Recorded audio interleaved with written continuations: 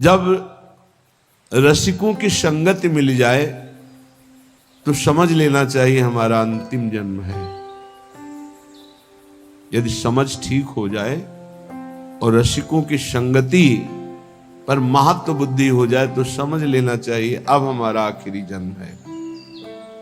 सत्संगति संस्कृति कर अंता, गोस्वामी तुलसीदास जी कह रहे हैं, बड़े भाग पाइब सत्संगा तो बिना ही प्रयास होई भव भंगा। यदि सत्संग मिल गया तो संस्कृति चक्र आवागमन का अंत है, इसीलिए संत का संग मिल गया।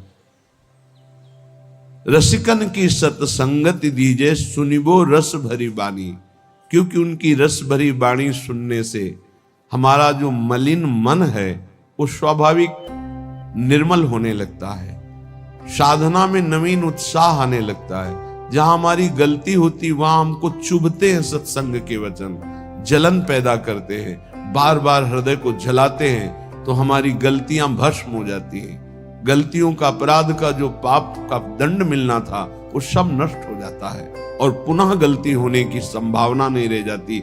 ऐसा प्रायश्चित होता है सत्संग सुनने से।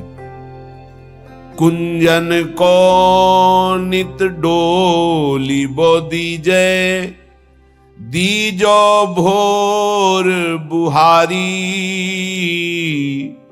मिलबे की ही माही चटपटी, प्रीति ही अति भारी। प्रियाजू, ऐसी कृपा कर दो कि हमारा देहाभिमान गलित हो जाए। रोज मैं सोहनी लेकर के सार्वजनिक स्थलों पर सोहनी लगाऊं, सार्वजनिक, जहां हमारा सेवा का भाव देह भाव को गलित करता है। परिक्रमा मार्ग है जहां बहुत से लोग एकत्रित होते हैं, जहां बहुत से लोग आ जा रहे हैं, वहां की सफाई, ये बहुत बड़ी सेवा धाम की है सोहनी सेवा। पर वो देहाभिमान ऐसे लाभ को नहीं लेने देता। एक आदमी करोड़ों रुपए का दान करे और एक आदमी जहां से सब लोग निकलते हैं, बैठते हैं, उठते हैं, ऐसी जगह सोहनी लगा दे, उसकी समानता नहीं कर सकता सोहनी लगाने वाले की समानता, क्योंकि उसके अंदर कहीं ना कहीं रहेगा कि मैं 1 करोड़ दान किया है। लेकिन जो सोहनी लगा रहा है उसको रोना आएगा, दैन्यता आएगी, रज उड़ेगी, उसके शरीर में लगेगी, सारे पाप नष्ट होंगे। ये रज ब्रह्मेश्वर आदि शुद्ध रूह पदारविंद की है, प्रियाजू की रज है, चरण रज। ये आपके हृदय को प्रेम प्रकाशित करने में बिल्कुल निर्मल कर देगी, योग्य बना देगी। अगर धाम आए हो तो कहीं भी 4 हाथ सोहनी जरूर लगा दो, तुम्हारा सौभाग्य होगा। यहां गंदगी मत फैलाओ, ये प्रियाजू का महल है, यहां जो भूल चूक से गंदगी फैला देते हैं उसको साफ कर दो, बड़ी कृपा होगी, आपके ऊपर बड़ी कृपा होगी यदि ऐसा आप करेंगे। पर वो देहाभिमान नहीं करने देता, धूल लग जाएगी। जो तुम्हारे कर्मों की धूल चटाने के लिए तैयार है, उसको मिटाने के लिए ये ब्रज धूल है। जैसी भट्ट धूल धूसर तन ये आशा और धार। बड़े वो महान भाग्यशाली हैं जिन्होंने ब्रजरज के द्वारा समस्त कर्म बंधनों को छिन्न भिन्न कर दिया है। ये जल्दी समझ में नहीं आएगा, ब्रजरज लगाने की हिम्मत नहीं पड़ेगी पापात्मा को। देखते हैं कि अगर ऐसे हुआ भी तो ऐसे ब्रजरज लेकर ऐसे लौटने की, लगाने की, ये बहुत महापुरुषों के गूढ़ वचन है। रज का जरूर सेवन कीजिए, बहुत प्रार्थना, ये अमूल्य। समस्त ब्रह्मांडों में कहीं भी ब्रजरज की समानता करने वाली, कहीं की रज की महिमा नहीं कही गई, ब्रजरज की महिमा वर्णन की गई। स्वयं श्री भगवान 1 वर्ष तक शास्त्रों वचनों का रूप धारण करके संपूर्ण ब्रज 84 कोष की रज का स्वाद लिया। जब ब्रह्मा जी ने अपहरण किया तब भगवान ही स्वयं बछड़े बने। ये रज बहुत अपार करुणामयी है। सोहनी लगाने से स्वाभाविक ही रज का अभिषेक हो जाता है। और प्रिया जो देखती कि मेरे महल की टहल कर रहा है, बहुत कृपा। संपूर्ण वृंदावन, संपूर्ण ब्रज हमारे प्रभु का निज घर है, निज घर है। कहीं भी सोनी लगा रहे हो तो प्रभु के घर में लगा रहे हो। अम्बरीश जी और दुर्वासा जी, अगर साधना में देखा जाए तो दुर्वासा की समानता कदापि त्रिभुवन में कोई बिरला ही कर सकता है। अम्बरीश जी की तो बात ही जाने दो। अगर साधन पक्ष में देखो तो दुर्वासा जी, और समर्पण पक्ष में देखो तो अम्बरीश जी। अपने हाथ से सोहनी लगाते हैं, अपने हाथ से पोछा लगाते हैं, चक्रवर्ती सम्राट होते हुए भी। तो सुदर्शन चक्र उनकी रक्षा में है और उनको पता भी नहीं। दुर्वासा जी दूर्वा रस पान करते हैं, केवल वलकल की लंगोटी लगाते हैं, 60-60 हजार वर्ष की समाधि धारण करते हैं। कोई साधारण महात्मा नहीं, लेकिन कहीं न कहीं साधन पक्ष का बल है। और अम्बरीश जी के हृदय में सावई मना कृष्ण पदारविंद, केवल श्री कृष्ण चरणारविंद में मन अर्पित करके निरंतर चिंतन, दैन्य भाव, ये आत्मसमर्पण बहुत जोर का होता है। ये सोहनी लगाना, प्रभु के लिए पोछा लगाना, ये बहुत बड़ी बात है। देहाभिमान इसी से गलित होता है। कुंजन को नित डोलिबो दीजो, दीजो भोर बुहारी। रोज सोहनी लगावे, कहीं न कहीं लगावे, एक नियम बना ले, थोड़ा सोहनी लगावे। अपने लोगों को का नियम था, पूरा हित धाम को करते हुए परिक्रमा मार्ग मदन टेर के सामने तक पद गुनगुनाते हुए जो सोहनी लगाने में सुख मिलता है ना, अलग अलग स्वाद होता है भजन का। जैसे एक ही खोए को बहुत प्रकार से हम स्वाद लेते हैं, कुछ पेड़ा बना के, कुछ लड्डू बना के, कुछ उसी खोए के विविध प्रकार की मिठाइयां बनती। ऐसे ही भजन का विविध स्वाद है। माला लेकर एकाग्रता पूर्वक जप करना, सत्संग सुनना, सोहनी पोछा लगाना, भगवत सेवा करना, साधु सेवा, ये विविध प्रकार से उसी भगवदानंद का रसास्वादन है। श्री भोरी सखी जी कहती हैं, प्रिया जो ऐसी कृपा करो कि ब्रज में वास मिले, वृंदावन वास मिले, और आपके कुंजों में रोज सोहनी लगाने का सौभाग्य मिले। ये संपूर्ण वृंदावन ब्रज ये कुंज निकुंज है। कोटि प्राण नित बारी बोधी जय, देखत चरण छटारी।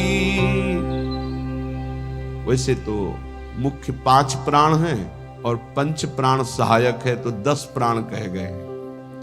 लेकिन अगर करोड़ों प्राण होते और न्योछावर करते, उस न्योछावर के बदले में श्री जी के गोरे चरणारविंद को एक बार देखने का सौभाग्य मिलता तो सस्ता सौदा है।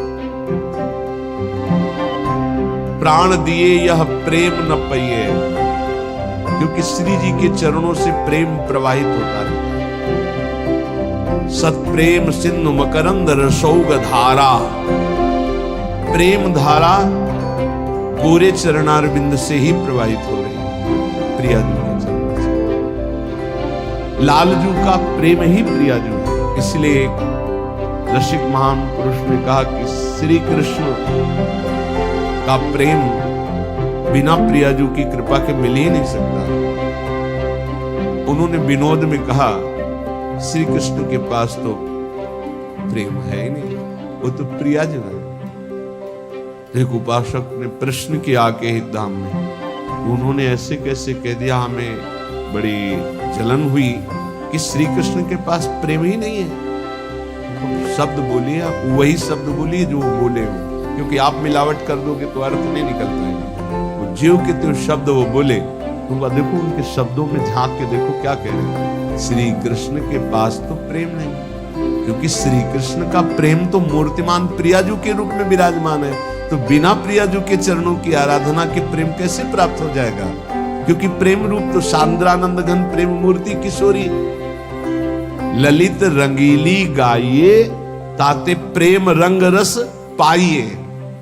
प्रिया जो कोई और थोड़ी है, लालजू के हृदय का प्रेम जब रूप धारण किया तो लाडली जू के रूप में हुआ। कोटि प्राण नित बारी बो दीजे, देखत चरण छटारी। जैसे जो केवल श्री कृष्ण उपासना में भी प्रवेश नहीं पाए हैं पर भक्ति करते हैं, वो जब सुनते हैं कि लालजू मोर मुकुट पधराते हैं श्री जी के चरणों में, हमने देखा वो चूंकि अभी प्रारंभ है उनकी भक्ति का, तो भगवान ऐसा कैसे कर सकते, भगवान कैसे ऐसा कर सकते। ठीक है, लेकिन प्रियाजू तो लालजू तो भगवान है ना, भगवान ऐसे। यही है तुम्हारी प्रारंभिक दशा जिससे तुम नहीं जान पा रहे। अरे वो सेन नाई के लिए राजा के चरण चापने पहुंच गए, वो अपने भक्त के लिए सारथी बने बैठे हैं, वो अपने भक्त की मल भरी लंगोटी धो रहे हैं, वो प्रियाजू के चरणों में महावर लगावे तो कोई आश्चर्य की बात है। अरे प्रेम समुद्र प्रभु अपने प्रेम का दुलार कर रहे हैं, तुम्हें आश्चर्य लग रहा है। किंचन मात्र किसी भक्त में प्रेम आ जाता है तो मेरे प्रभु हाथ जोड़े उसकी सेवकाई के लिए खड़े रहते हैं। भक्ताधीन मन पूज्यो भक्ता नाम भयंकर। कैसे समझोगे? थोड़ी सी प्रीति आ जाए तो जहां मेरा भक्त चरण रखो वहां रखूं मैं हाथ, पीछे पीछे मैं फिरूं, कभी न छाड़ू साथ, फिर वो प्रियाजू के चरणों में माथा रख दे, कौन आश्चर्य की बात है। नंददास प्रभु छवि बिलोकत, प्रीति के प्रतिपाल, चापत चरण मोहन लाल। कोटि प्राण नित बारी बो दीजे, देखत चरण छटारी। इतनी आस पुजावहु प्यारी, भोरी बलि बलिहारी। दीजे मोहि ऐसो बास ब्रज माही, जुगल नाम को भजन निरंतर, और कदम बन छाही। दीजो मोहि ऐसो बास ब्रज माही। हे प्यारी जू, ऐसी मेरी आशा है और आप अत्यंत कृपालुता दयालुता की समुद्र हो, मेरी आस पूरी करो। मैं आपके गोरे चरणारविंद को देख पाऊं, आपकी परिचर्या में रहूं, युगल नाम जप करूं और वृंदावन की वीथियों में आपका सुमिरन करते हुए, नेत्रों से आंसू बहाते हुए, रज अभिषिक्त होकर अपना जीवन व्यतीत करूं। श्रीपाद प्रबोधानंद जी महाराज कह रहे हैं, भाई बहुत भोग लिया है, बहुत जन्म भोग लिए हैं, एक बार मेरी प्रार्थना मान लो तो आज तक तुम्हें जो शांति और विश्राम नहीं मिला वो मिल जाएगा। भ्रातर भोगा सुभुक्ता का इहि न भवता नापि संसार मध्य। ए भाई, तुम्हें पता नहीं कि तुमने क्या क्या भोगा है, बहुत कुछ भोग लिया है, सब भोग लिए हैं। कागभूषुंडी जी को भगवत प्रसाद से शास्त्रों जन्म की स्मृति है। शास्त्रों जन्म क्या, शास्त्रों युगों की स्मृति है। कई बार उनके सामने कलयुग आ चुका, कितनी बार चतुर्युगी व्यतीत हो गई। वो कह रहे हैं गरुण जी महाराज से कि सत्य कहता हूं हे पक्षीराज हरिवाहन, आपके सामने सत्य कहता हूं, कोई ऐसा कर्म नहीं जो मैंने किया ना हो, कोई ऐसा भोग नहीं जो मैंने भोगा ना हो, लेकिन आज मुझे जो भगवान की स्मृति में सुख मिल रहा है वो किसी में सुख नहीं मिला। सब कुछ करके देख, वो अनेक जन्मों की स्मृति से सब देख रहे हैं, सकल कर्म कर थके गोसाई, सुखी न भयो आज की। आज जो मैं भगवान श्री राम की पावन चर्चा करता हूं, उनका नाम जप करता हूं, उनके ध्यान में मगन रहता हूं, इससे बड़ा सुख मुझे किसी भी साधन में, किसी भी भोग में, किसी भी कर्म में नहीं मिला है। श्रीपाद कह रहे हैं, भ्रातर भोगा सुभक्ता, खूब भोग भोग लिए, तुम्हें याद नहीं है। जैसे कई बार हमने स्मृति दिलाई कि 9 महीने मां के गर्भ में इसी जन्म में रहे, कुछ याद है? 1% भी याद है तुम्हें? ज्यादा समय नहीं हुआ, कोई 50 वर्ष, कोई 40 वर्ष, कोई 30 वर्ष, 25 वर्ष, ऐसे सब बैठे हो। आप विचार करके देखो कि ज्यादा लंबा समय नहीं गया, इसी जन्म की बात है। क्या आपको याद है कि मां के गर्भ में तुमने क्या दुख भोगा? 100 में 1% याद है? नहीं याद है। फिर पीछे जन्म की क्या जानोगे? ना भवता ना पे संसार मध्य, इस जगत में ना तुम कभी सुखी हुए हो, ना सुखी हो पाओगे यदि भजन नहीं करोगे। देखो, जब बच्चापन तो सिखाया जाता है खूब बढ़िया पढ़ो लिखो, धन कमाओ, ऐसे योग्य बनो, बढ़िया है। कभी अध्यात्म नहीं सिखाया, कभी नाम जप नहीं सिखाया, कभी ये बैठ के नहीं सिखाया कि बड़ों का आदर कैसे किया जाता है, कभी ये नहीं सिखाया कि मनुष्य जीवन का लक्ष्य क्या है। अब वो पढ़ाई लिखाई में गए, व्यसन सीख गए, व्यभिचार सीख गए, अच्छी नौकरियां पाई, पैसे हैं, और फिर घर में आकर के उन बूढ़े माता पिता को जो चलने लायक नहीं है, दरवाजा बंद करके वैसी दुर्दशा करते, मारते हैं, पूछो मत। जब ये दृश्य देखने को मिलते हैं ना, तब लगता है भगवान कृपा करो इन माता पिता को जो अपने बच्चों को शिक्षा नहीं दे रहे हैं कि धर्म किसे कहते। तुम समझते हो ये धन कमाने लायक बन जाएंगे तो तुम्हें सुखी करेंगे, ऐसे जैसे जानवर को मारते हैं ना क्रूर कर्मा लोग, ऐसे बूढ़ी माता को मारते हैं, पिता को मारते हैं, पूछो मत। तब लगता है ये जानवर पैदा हुए हैं, ये मनुष्य रूप में पशु पैदा हुए हैं। पशु क्या, राक्षस है। माने मातु पिता नहीं देवा, साधुन ते करवावें सेवा, जिनके ये आचरण भवानी, भगवान शंकर कहते निश्चर सम जानो प्राणी। निश्चर कहते राक्षस को, वो राक्षस है। तुम अपने संतानों को राक्षस मत बनाओ। ये जो केवल तुम मात पिता बाल कहीं बुलावे, उदर भरे सोई जतन सिखावे, तुम राक्षस बनाने की चेष्टा कर रहे हो। बहुत सज्जन बेटा एक आया था अभी 2-4 दिन के अंतर्गत एकांतिक में, उसने कहा मेरी माँ कहती कि तुम्हारा मोबाइल तोड़ देंगे यदि तुमने सत्संग सुना। मेरा बाप कहता है कि तुमको हमारी कसम है यदि वृंदावन गए। यही बच्चे जब सतमार्ग से विमुख हो जाएंगे और शराब पीकर घर आएंगे, तब तुम्हारी पूजा करेंगे, तब तुम्हें अपनी कसम ध्यान आएगी कि अगर ये वृंदावन जाता, साधु समागम करता, तो आज लातों से न मारता। आज ये मेरी दुर्दशा न कर। चीख रहा है, क्या है? भ्रातर भोगास भुक्ता, भुगतोगे। ये जो कर रहे हो कर्म भुगतोगे। तुम्हारे बेटा बेटी देख रहे हैं कि बुढ़े के साथ कैसा तुम कर रहे हो, वही इंतजाम तुम्हारे लिए रहेगा, वही इंतजाम, उससे बढ़ के ब्याज सहित। चिंता मत करो। इसलिए हम सबसे प्रार्थना करते हैं, ये कर्म भूमि है, जो बीज बोओगे वही फल काटोगे। आज देखने में लग रहा है कि माता पिता के साथ बड़ा अन्याय हो रहा है, लेकिन सत्य पूछो तो ये उनके कर्म का फल उनको देखने को मिल रहा है। न कभी राम बोले, न कृष्ण बोले, न हरि बोले, पूरा जीवन केवल इसी में लगाया। तो देख परिणाम, जिनके लिए जीवन लगाया वही तेरा जीवन लेने के लिए तत्पर हो रहा है, वो वही तेरा नाश कर रहा है। जिसको तूने सजाया वही तुझे दंड दे रहा है। क्यों? भगवान का विरोधी भाव रखने वाला कभी सुखी नहीं हो सकता। हनुमान जी महाराज रावण को कहते, हाथ जोड़कर विनती करता हूं राम जी की विमुखता का त्याग कर दे, नहीं शंकर साहस विष्णु अज तो ही सकहि न राख राम कर द्रोही। मैं सभा में कह रहा हूं, ये हजारों ये भगवत स्वरूप महापुरुष भी तेरी रक्षा नहीं कर पाएंगे। तेरा विनाश हो जाएगा यदि तू भगवान से विमुख रहेगा।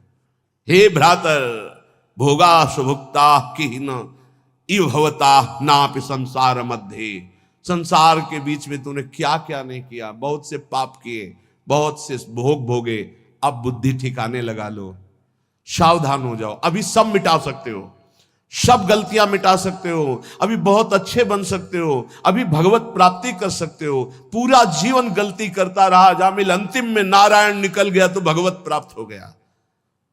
अपना पता नहीं कब अंतिम, अब सुधार लो।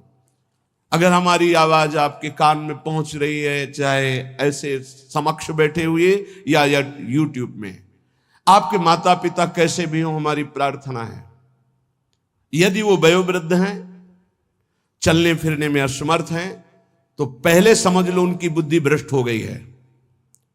तुम्हें मानना पड़ेगा। ये भ्रष्ट का मतलब होता है स्थिति से गिर जाना। अब वो ठीक नहीं बोलेंगे, वो आपको गाली देंगे।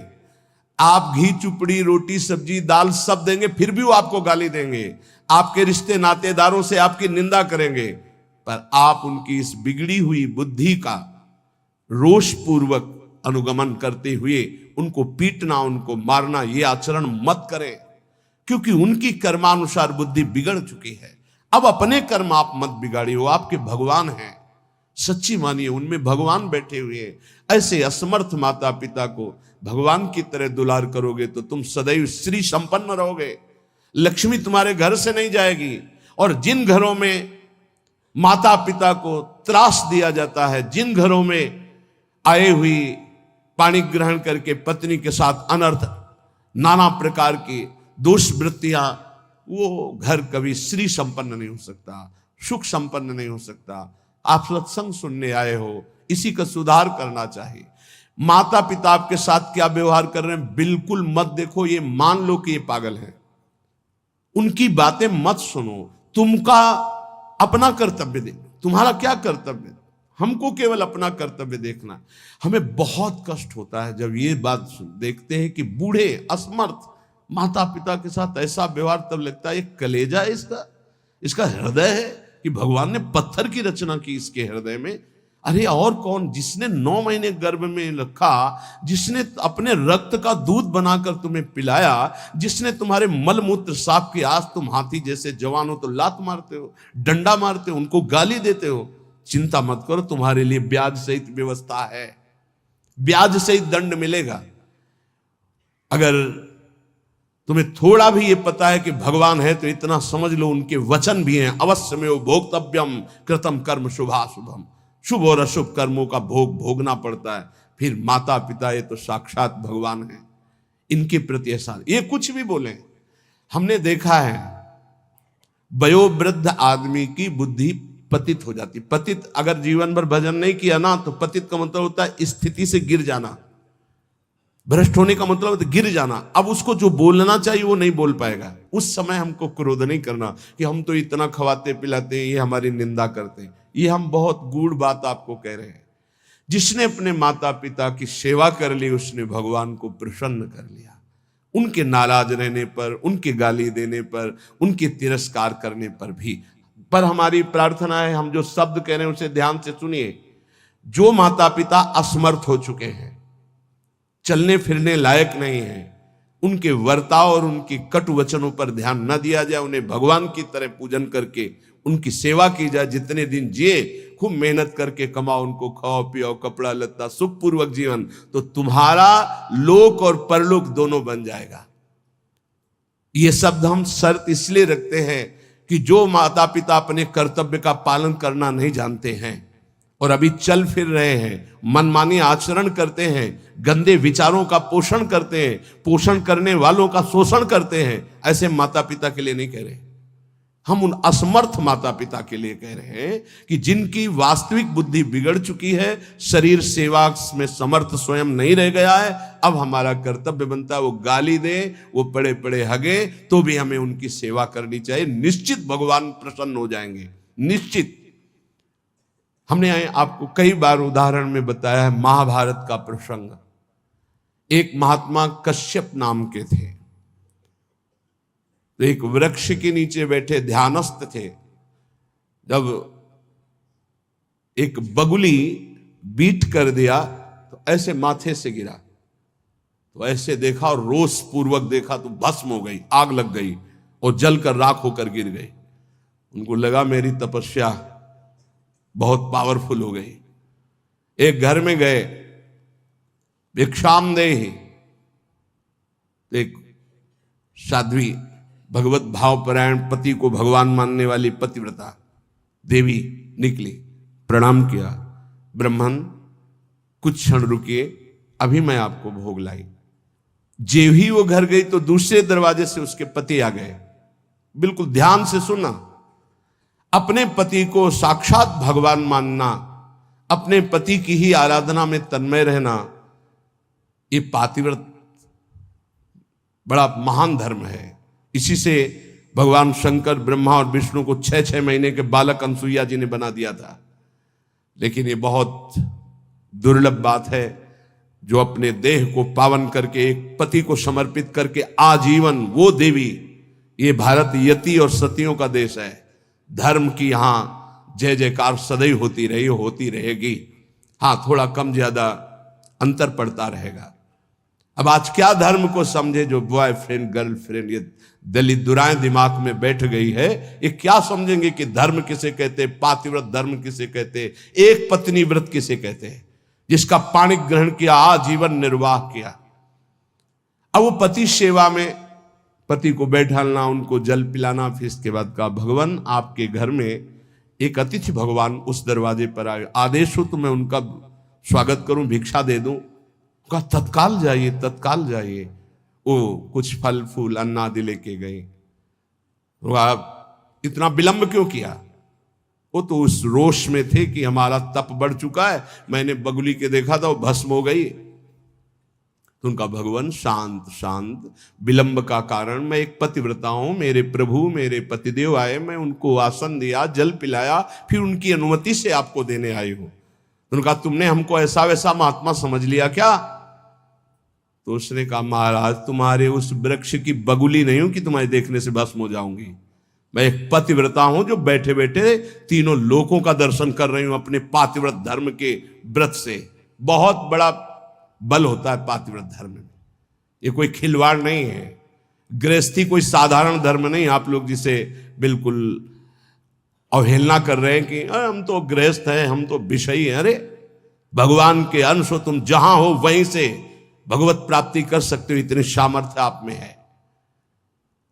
अब तो होश उड़ गए उनके कि ये बात तो केवल मैं ही जानता था कि बगुली को देखने से भस्म हुई, दूसरा कोई नहीं। तो हाथ जोड़ा और कहा देवी तुम्हें कैसे पता है?